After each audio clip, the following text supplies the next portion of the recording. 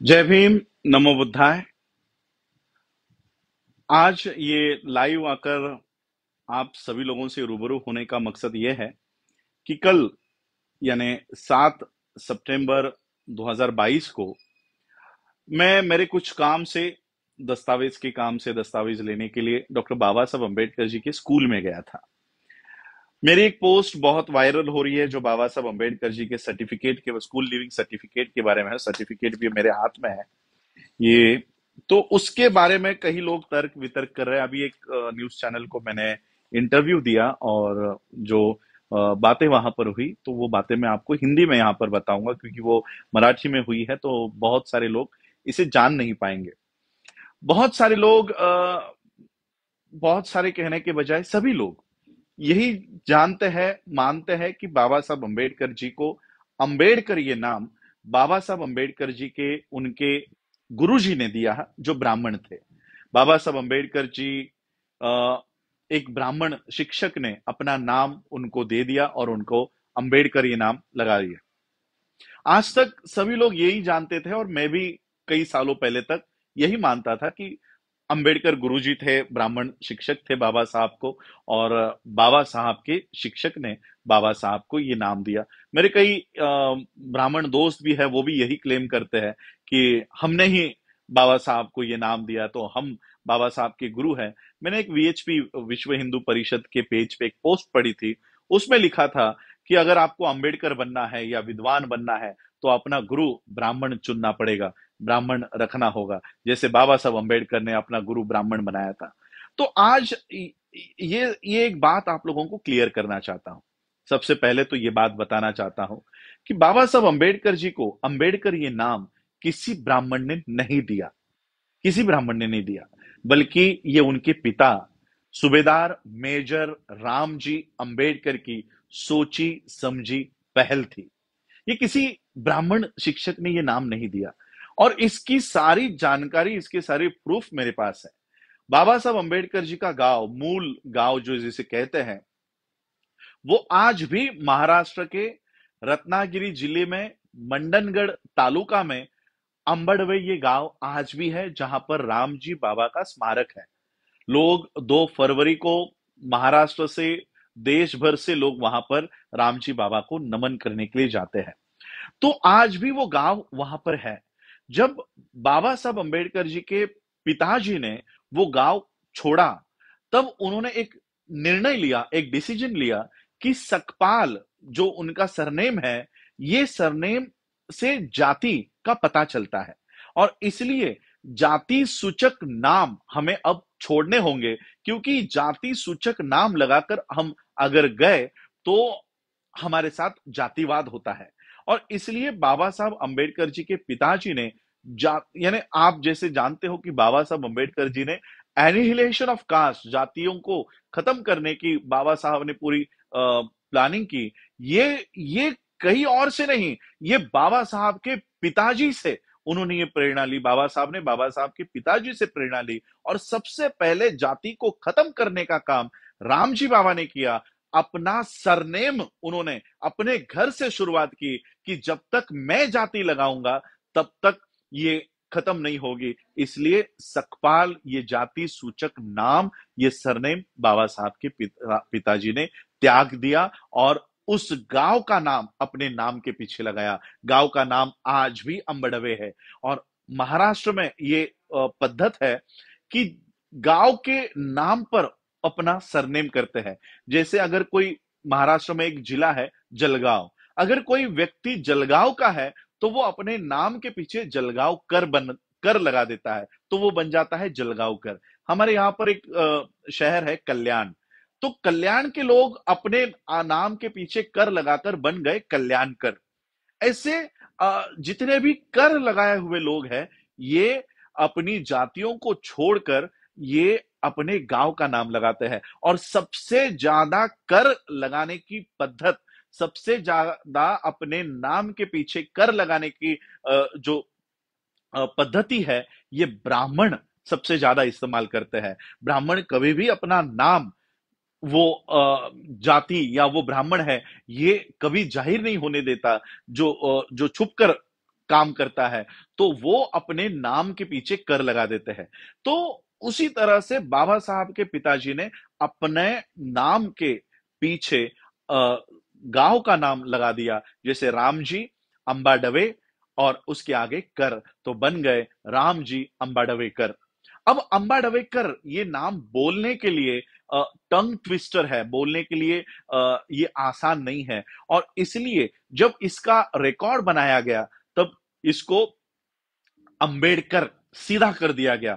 जो अंबाडवेकर हुआ करता था उसे अंबेडकर कर दिया। और इसका सबूत, सबसे बड़ा सबूत यह है कि किसी ब्राह्मण गुरुजी ने बाबा साहब को नाम नहीं दिया। इसका सबसे बड़ा सबूत यह है कि बाबा साहब की एडमिशन सातारा के स्कूल में, उस समय उस स्कूल का नाम हुआ करता था सातारा एलिमेंट्री स्कूल, जो मैंने कल फेसबुक लाइव पे उस स्कूल के अंदर से ये नाम आपको बताया। और फिर उसका आगे नाम चलकर छत्रपति श्रीमंत प्रताप सिंह हाई स्कूल, इस तरह से वो नाम प्रताप सिंह महाराज पर, जो छत्रपति शिवाजी महाराज के वंशज है, उनके नाम पर वो नाम पड़ा। लेकिन बाबा साहब का जब एडमिशन हुआ तब उस स्कूल का नाम था सातारा एलिमेंट्री स्कूल। और सबसे बड़ी जानकारी यह है कि बाबा साहब का एडमिशन हुआ 1900 में, 1900 में, और उससे 5 साल पहले 1885 में उनके बड़े भाई यानी मेरे सगे परदादा, इनका एडमिशन हुआ। और उनका एंट्री जो रजिस्टर होता है, स्कूल रजिस्टर होता है, उस स्कूल रजिस्टर में उनकी एंट्री है आनंदा राम जी अंबेडकर। तो इस तरह से ये नाम बाबा साहब से भी पहले बाबा साहब के पिताजी ने अपने बड़े बेटे आनंद राव जी के नाम के आगे अंबेडकर लगाया। और एक सबूत मुझे लंदन में मिला।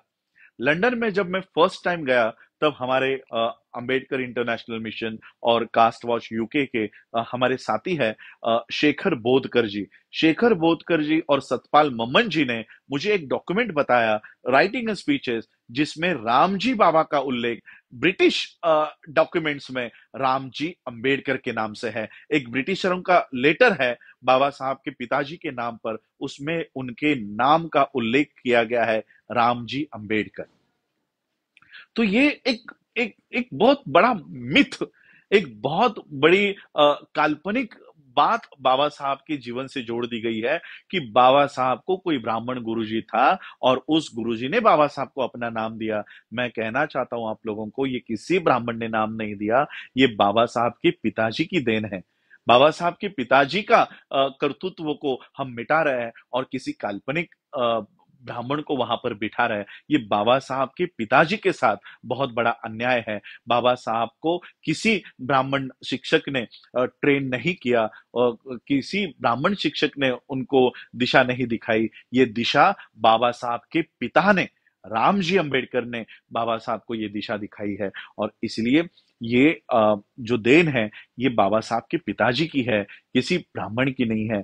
आज भी ये गांव महाराष्ट्र में है, आप कभी भी जाकर वहां पर विजिट करके आ सकते हो। बल्कि जैसे ही बाबा साहब ने, रामजी बाबा ने सकपाल ये नाम खत्म कर दिया, वैसे ही उस गांव के लोगों ने भी सकपाल ये सरनेम छोड़ दिया। और कितने सारे वहां के जो लोग हैं वो अपने पीछे अंबेडकर नाम लगाते हैं, अपने पीछे अंबेडकर नाम वो लगाते हैं क्योंकि बाबा साहब के पिताजी ने सकपाल ये सरनेम छोड़ दिया था।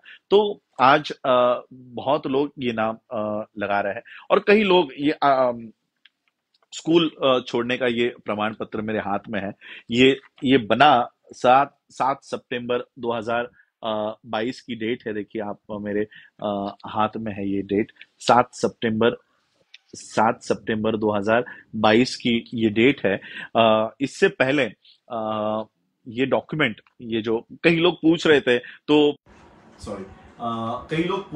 तो बाबा साहब 1st to 4th यहाँ थे, तो ये स्कूल लिविंग सर्टिफिकेट जो है ये स्कूल ने उस समय बनाया था और शायद वो उस समय बाबा साहब फिर एल्फिंस्टन स्कूल गए तो शायद वहां दिया होगा, लेकिन उसके बाद ये डॉक्यूमेंट आज तक रिकॉर्ड पे नहीं है। बाबा साहब का स्कूल लिविंग सर्टिफिकेट आज भी रिकॉर्ड पर नहीं है। इसलिए इस स्कूल लिविंग सर्टिफिकेट के बारे में समझाने आ रहा हूं कि बहुत लोग मुझे क्वेश्चंस इनबॉक्स में कर रहे हैं को बाकी का ये क्यों नहीं लिखा है, जात लिखी है, धर्म नहीं लिखा है। तो ये फॉर्मेट जो है लिविंग सर्टिफिकेट का, गवर्नमेंट का, इंडियन गवर्नमेंट का आज ये फॉर्मेट है। देखिए यहां पर भारत की राज मुद्रा है, तो ये कोई डॉक्यूमेंट जाली या मैंने बनाया हुआ नहीं है, भारत की राज मुद्रा यहां पर है। ये स्टैंडर्ड फॉर्मेट है इंडियन गवर्नमेंट का। उस समय 1900 में जब स्कूल रजिस्टर बना करता था तब ये स्टैंडर्ड फॉर्मेट नहीं था, वहां पर सिर्फ नाम लिखा जाता था। जो उस समय 1900 में जो एंट्री की गई है वो सारी एंट्री इस पर है, यानी उस समय नाम लिखा गया है। एक हमारे शुभम, मैं उनका नाम लेकर बताना चाहता हूं, उन्होंने मुझे पोस्ट किया, सर ये भिवा क्या है। बहुत लोग शायद आज के पीढ़ी के लोग उनको पता नहीं होगा कि ये भिवा क्या है। बाबा साहब के नाम 4 बार बदले गए हैं। बाबा साहब का बचपन का नाम था भिवा, तो बचपन में जो नाम रखा गया था 5 साल में ऑब्वियसली वही नाम स्कूल में गया, तो भिवा ये नाम चेंज हुआ, भिवा से हुआ भीमराव, भीमराव से हुआ भीमा, और भीमा से हुआ भीमराव। तो इस तरह से 4 बार तो बाबा साहब के नाम चेंज हुए हैं, और बाबा साहब का सरनेम भी चेंज हुआ है, अंबाडवेकर से हुआ अंबेडकर। तो ये बाबा साहब का स्कूल लिविंग के बारे में कहना चाहता हूं। विद्यार्थी का नाम यहां लिखा हुआ है भिवा, यानी 2017 का एक जीआर गवर्नमेंट को निकालना पड़ा, जो स्कूल के मुख्याध्यापक ने मुझे दिया है कि भिवा का मतलब ही भीमराव है। ऐसा एक जीआर दिया गया है, क्योंकि स्कूल रिकॉर्ड चेंज नहीं होता। जो आपके 1900 में जो एंट्री है वही एंट्री इस पर होगी। इसमें एक भी कॉमा चेंज नहीं होगा, फुल स्टॉप चेंज नहीं होगा, मात्रा चेंज नहीं होगी, कुछ चेंज नहीं होगा। ये 1900 का डॉक्यूमेंट है, सिर्फ इसको वापस बनाया गया है 7 सितंबर 2022 को। इसलिए जो एंट्री 1900 में की गई थी वही एंट्री इस पर है। तो ये एक डॉक्यूमेंट आज रिकॉर्ड पर आ रहा है, और मुझे अभिमान हो रहा उस स्कूल में जाते समय कि जिस स्कूल के बाद मैंने आप लोगों को फेसबुक लाइव से बताया कि जिस स्कूल के बाहर बाबा साहब बैठते थे और बैठकर जिस स्कूल से बाबा साहब ने पढ़ाई की, आज वो स्कूल के बाहर बैठकर बाबा साहब ने हमें स्कूल के अंदर, आज हमारे बच्चे एसी स्कूल में पढ़ते हैं केवल और केवल बाबा साहब की वजह से। मैं ये डॉक्यूमेंट निकालने के लिए इसलिए गया था, ये भी आप लोगों को बताना चाहता हूं कि मुझे ये जरूरत क्यों पड़ी। मेरा भतीजा है, मेरे भाई का बेटा है, 10वीं पास हुआ इस साल। अब बहुत सारे बच्चे 10वीं अभी जून में रिजल्ट आए, मेरे भतीजे का भी रिजल्ट आया, और रिजल्ट आने के बाद ऑब्वियसली स्कूल लिविंग उसको लेना है। अब स्कूल लिविंग लेने के लिए महाराष्ट्र गवर्नमेंट का एक अधिकारी है, बुद्धिस्ट अधिकारी है, अपने आप को बुद्धिस्ट कहता है। ऐसे नालायक लोग हमारे समाज में भी है जो अधिकारी बने बैठे हैं, आईएएस ऑफिसर बन गए हैं। उन्होंने एक जीआर निकाला, महाराष्ट्र सरकार के एक मुख्य सचिव, चीफ सेक्रेटरी ने, महाराष्ट्र गवर्नमेंट ने एक जीआर निकाला, और जीआर निकालकर कहा कि बौद्धों की जात उनकी मेंशन करनी है। देखिए, मेरी जब एंट्री हुई, मेरा जब एलसी बना, स्कूल लिविंग बना, तब मेरे नाम के आगे सिर्फ बुद्धिस्ट लिखा हुआ है, ना तो महार लिखा हुआ है, ना हिंदू लिखा हुआ है, ना किसी जाति का वहां पर मेंशन है, सिर्फ बुद्धिस्ट लिखा हुआ है। अब स्कूल हमारे बच्चों को एलसी देने के लिए वो कहते हैं कि आपकी जात लिखेंगे। मैंने कहा कि मेरे एलसी पर जात नहीं लिखी, मेरे बच्चों के एलसी पर क्यों लिख रहे हो? तो उन्होंने कहा नहीं, ऐसा जीआर है, अब जीआर है तो हम वैसे दे नहीं सकते। मैंने कहा कि हमें जात नहीं लिखनी। तो उस स्कूल ने मेरे भतीजे को रिलीजन के कॉलम में हिंदू लिखकर उन्होंने सर्टिफिकेट दे दिया। सोचिए, जिस महामानव ने बौद्ध धर्म की दीक्षा इस भारत में दी, उसी परिवार के लोगों को भारत सरकार हिंदू लिखवा रही है। कितना, यानी अगर ये अंबेडकर परिवार के साथ हो रहा है तो सोचिए हमारे आम लोगों के साथ क्या हो रहा होगा। आज ऑफिशियली इस देश में बौद्धों की संख्या कम इसलिए हो रही है क्योंकि प्रशासन हम लोगों को हिंदू लिख रहा है। अंबेडकर फैमिली भी इससे छूटी नहीं है। और जब हमने उस स्कूल प्रशासन को आंदोलन करने की वहां पर हमने धमकी दी, तब उन्होंने कहा कि हम अभी तो आपको बुद्धिस्ट लिखकर दे रहे हैं, लेकिन इस 2 साल में अपने हमको कन्वर्टेड बुद्धिस्ट का दाखला नहीं दिया तो हम आपको हिंदू लिखकर फिर से एलसी जनरेट करेंगे, ये एलसी कैंसिल करेंगे और हिंदू एलसी देंगे। और तब अभी मैंने अपनी जाति का दाखिला सर्टिफिकेट नहीं निकाला है, कास्ट सर्टिफिकेट नहीं निकाला है, तो मेरा ही नहीं है तो मेरे बच्चों का कहां से होगा। अब अगर मुझे निकालना है तो मुझे 1950 के डॉक्यूमेंट्स लाने होंगे। अब 1950 के डॉक्यूमेंट्स हम 4 साल पहले के डॉक्यूमेंट्स नहीं रखते। 1950 के डॉक्यूमेंट्स कहां से लाएंगे। मेरे पिता का जन्म 1950 का है, मार्च महीने में 25 मार्च का राजगुरु में मेरे पिताजी का जन्म है। तो मैंने सोचा पिताजी के डॉक्यूमेंट्स कलेक्ट करके हम कास्ट सर्टिफिकेट निकालेंगे। तो 1950 के डॉक्यूमेंट्स जमा करने का प्रोसेस में कर रहा था और तब पता चला कि पिताजी की स्कूल ही बंद हो गई है। अब वो स्कूल में से मैं एलसी कहां से लेकर आऊं, जो स्कूल ही अब वहां पर है ही नहीं। तो फिर मैंने सोचा पिताजी का स्कूल तो नहीं है, कम से कम दादाजी का स्कूल कहां पर है वो ढूंढे, यानी मुकुंद राव जी का। तो मुकुंद राव जी की भी स्कूल वहां पर मुझे मिली नहीं। तो फिर मेरे एक कार्यकर्ता है कोल्हापुर के, सुभाष देसाई नाम के। तो सुभाष देसाई ने कहा कि सर कहां इधर उधर भटक रहे हो, यहां बाबा साहब के स्कूल में मैं अपने आंखों से बाबा साहब का रजिस्टर देखकर आया हूं, बाबा साहब का एलसी आपको सातारा के स्कूल से मिल जाएगा। और उन्होंने अपना सारा काम छोड़कर वो स्कूल में गए और स्कूल से हेड मास्टर से मेरी बात करवाई। उन्होंने कहा कि हम ये दाखिला सिर्फ फैमिली मेंबर को दे सकते हैं, किसी और के हाथ में हम नहीं देंगे और इसलिए आपको खुद यहां पर आना पड़ेगा। और फिर मैं सुभाष देसाई जी ने मुझे मैसेज दिया कि सर ये दाखिला आपके अलावा किसी को नहीं मिलेगा, इसलिए आपको आना ही पड़ेगा। तो मैं मेरे सारे काम छोड़कर मैं 7 सितंबर की डेट मैंने उनको दी और फिर मैं स्कूल में गया। स्कूल में जाने के बाद मैंने जब मेरे सामने वो ये एलसी भरने लगे, मुझे लगा मुझे जेरोक्स कॉपी दे देंगे, जेरोक्स कॉपी भी मुझे चल जाएगी। तो मैंने उनको पूछा आप मुझे ओरिजिनल क्यों दे रहे हो, ये ओरिजिनल लिखा हुआ है, ये कोई जेरोक्स कॉपी नहीं है। तो मैंने उनको पूछा कि आप मुझे ओरिजिनल क्यों दे रहे हो, जेरोक्स नहीं है।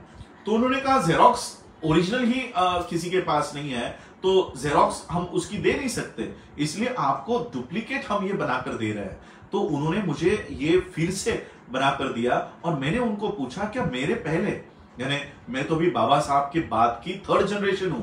बाबा साहब के बाद यशवंत राव थे, मुकुंद राव थे, उनके बाद मेरे पिताजी थे, प्रकाश अंबेडकर जी उनके पोते हैं, वो थे। अब उनके बाद मेरी जनरेशन आती है। तो मैंने पूछा क्या मेरे पहले के 2 जनरेशन कभी ये डॉक्यूमेंट लेकर नहीं गई। तो उन्होंने कहा नहीं, इससे पहले कोई आपके परिवार से आया ही नहीं। और मैंने पूछा ठीक है हमारे परिवार से नहीं आया, लेकिन इतना बड़ा दस्तावेज भारत सरकार ने भी आपसे नहीं लिया। तो उन्होंने कहा कि हमारे पास तो कई सारे आरटीआई एप्लीकेशंस है, लेकिन ये दस्तावेज कॉन्फिडेंशियल होता है और इसलिए हम ये किसी को नहीं दे सकते।